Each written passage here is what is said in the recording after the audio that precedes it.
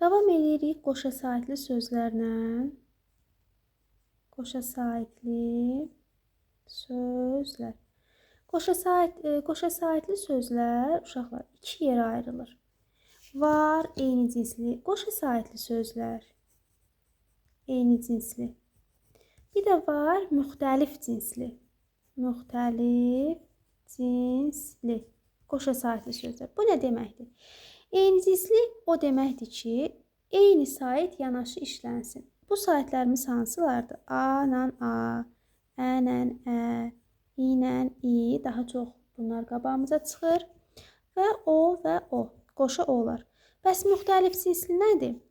Məsələn, biri A olsun, biri İ olsun, biri Ə olsun, biri İ olsun, biri İ olsun, biri O olsun. Məsəl üçün, A ilə U olsun. Başa düşürsünüz? Yəni ki, görürsünüz, bunlar yan-yana gələnlər, bunlar eyni deyil, müxtəlifdir. Biri başqa hərfdir, biri başqa hərfdir. Amma qoşa saitdir. Hər ikisi saitdir, sadəcə olaraq müxtəlifdir. Burada da hər ikisi saitdir, qoşadır, amma eynidir. Bu mövzumuz çox asan mövzudur. Eyni cinsli qoşa saitli sözlərimizdə yadınızda qalsın. Hansı hadisə baş verir? Burada səs düşümü baş verir. Məsələn, qoşa A sizin qabağınıza çıxsa, qoşa A-nın aid sözdür. Hansı sözü deyə bilərik? Məsələn, maarif sözünü yazaq. Maarif. Tələffüz zamanı eyni cinsli qoşa saitlərdən biri düşür, digəri uzanır. Bu olur belə. Maarif. İndi deyək görək, burada hansı fonetik hadisə baş verdi? Baxın, 1, 2, 3, 4, 5, 6. Burada oldu nə? 6 hərf. Elə deyil. Neçə səs oldu? 1, 2, 3, 4, 5. 5 səs. Burada hansı fonetik hadisə baş verdi uşaqlar? Burada oldu səs düşümü. Səs düşümü. İndi deyin görün. Bu səs düşümü yazılış və deyilişin fərqlənməsi uzanmaya görədir, yoxsa A-nın düşməyinə görə? Əlbəttə ki, A düşdüyünə görə. Çünki demişdik ki, sözdə uzanma varsa, yəni bu yazılışla deyiliş arasında fərq deyil. O zaman fərq olur ki, uzanma ilə yanaşı ya səs düşmə baş versin, ya səs artımı olsun, ya səs dəyişməsi olsun. Yəni buradakı fərq uzanmaya görə deyil, A-nın düşməsinə görədir. Səs düşdüsə də indi bu kəmiyyət fərqi yaradır, yoxsa keyfiyyət?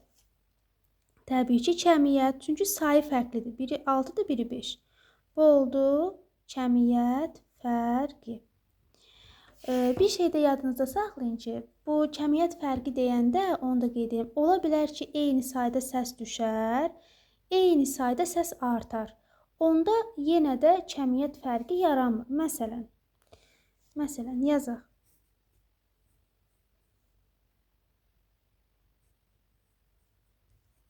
Təəssüflə sözümüz. Elə. Baxın uşaqlar, burada Ə-nin biri düşür. Qoşa Ədir. Yanaşı gəldi. Elə deyil. Qoşa Ələr. Yenə də biri düşür, biri uzun tələffüz olunur. Bu olur belə. Təəssüflə. Harada düşmə görən kimi deməyin ki, müəllimə, deməli orada mütləq kəmiyyət fərqi var. Xeyr.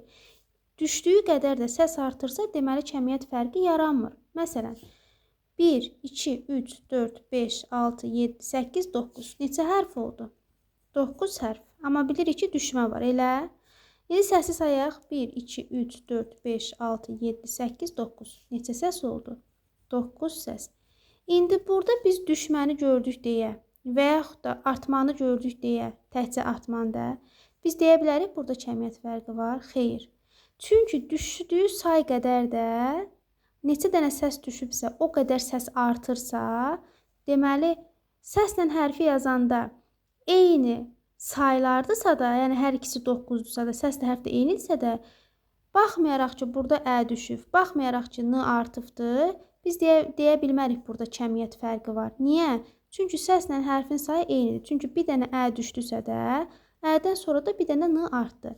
Deməli, bu sözdə kəmiyyət fərqi yoxdur. Oldu. Sonra qoşa İ-lər yanaşı gəlsə, məsələn, təbii. Yenə biri düşür, biri uzanır.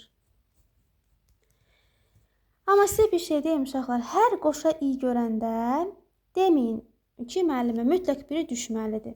Sizin qabağınıza belə bir söz çıxa bilər. Bi-insaf. Baxın, bi-insaf. Yadınızda saxlayın. Bi ön şəkilçidir. İnsaf sözün köküdür. Artıq burada i-nin biri düşmür. Niyə? Çünki biri kökdədir, biri şəkilçidə.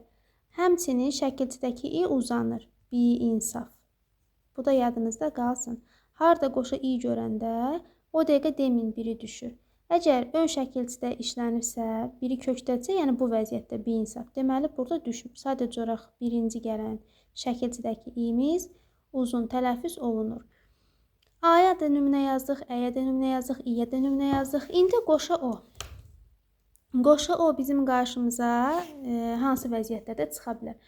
Ola bilər ki, bu bizə biri düşər, bir dənə o səsini verə bilər və yaxud da ola bilər ki, qoşa o bizə a səsini verə bilər. Nə zaman o, nə zaman a səsini verir? Avropa mənşəli sözlərdə, baxın, ümumiyyətlə, gəlin nümunələr yazaq ki, məsələn, nə zaman o səsini verir? Tutalım ki, zoologiya yazaq.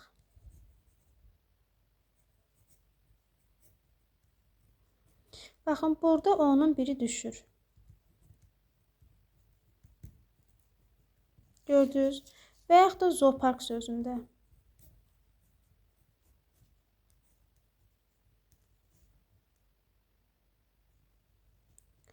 Burada qoşa o'lar bir dənə uzun o səsini verir və burada səs düşümü baş verir. Təbii ki, kəmiyyət fərqi yaranır. Bəzən də Avropa mənşəli sözlərimiz var ki, orada bizə a səsini verir. Yəni, məsələn, bu sözlərimiz də alınmadı, amma bəzi sözlərimiz də var ki, a səsini verir. Hansı sözü deyə bilərik? Kooperativ sözünü. Kooperativ. Görə bilirsiniz. Baxın, uşaqlar, bu bizə verir. Kooperativ. Bir şey də deyim sizə. Baxın, biz k-nı göstərmək üçün ştrixdən istifadə edirik. Elə yadınızda qalsın. Bu yazılış və deyiliş arasında fərq deyil. Yəni, belə yazıb, burada k-nın ştrixlə göstərilməsi yazılış və deyiliş arasında fərq demək deyil. Yaxşı, bunu mütləq yadınızda saxlayın. Görürsünüz, burada kooperativ oldu. Sonra başqa sözümüz var, koordinasiya sözündə. Koordinasiya yazılır. Koordinasiya, elə. Amma bu koordinasiya şəklində tələffüz olunur. Yəni, qoşa o bizə a səsini verir.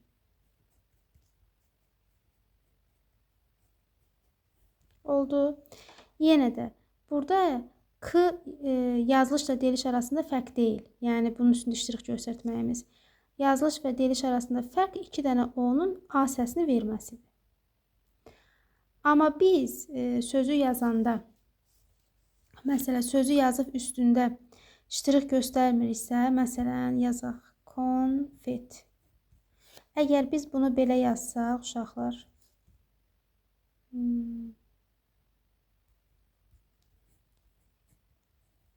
də yazıram belə.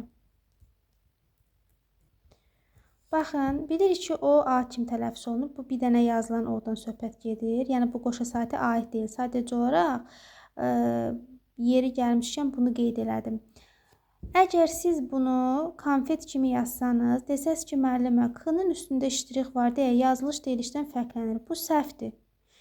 O a kimi tələffüz olunduğuna görə, artıq burada keyfiyyət fərqi yarandığına görə yazılış deyilişdən fərqlənir. Yəni, a-ya görə, onun a kimi tələffüz olunmasına görə fərq yaranır. Ümumiyyətlə, bu tələffüz forması düzdür. Amma bu tələffüz forması səhvdir. Bilirsiniz niyə? Düzdür, onu a kimi veribdir. Amma biz bunu konfet oxuyuruq. Çünki üstündə ştrix qoyulmayıbdır. Əgər k səsini səsdə ştrixi qoyulmazsa üstündə ştrixi qoymasaq, bu zaman düzgün tələffüz pozulmuş olar. Artıq baxın, bu düzgün tələffüz deyil. Biz bunu səhv götürürük tələffüzə görə. Niyə? Çünki bunun üstündə ştrix qoyulmayıbdır. Oldu. Yəni, bunlara da diqqət yetirərsiniz. Deməli, uşaqlar, qoşa saitli sözlərimiz haqqında, eyni cinslər haqqında bu qədərdir. Müxtəlif cinsli qoşa saitlərimizi də indi qeyd edirəm.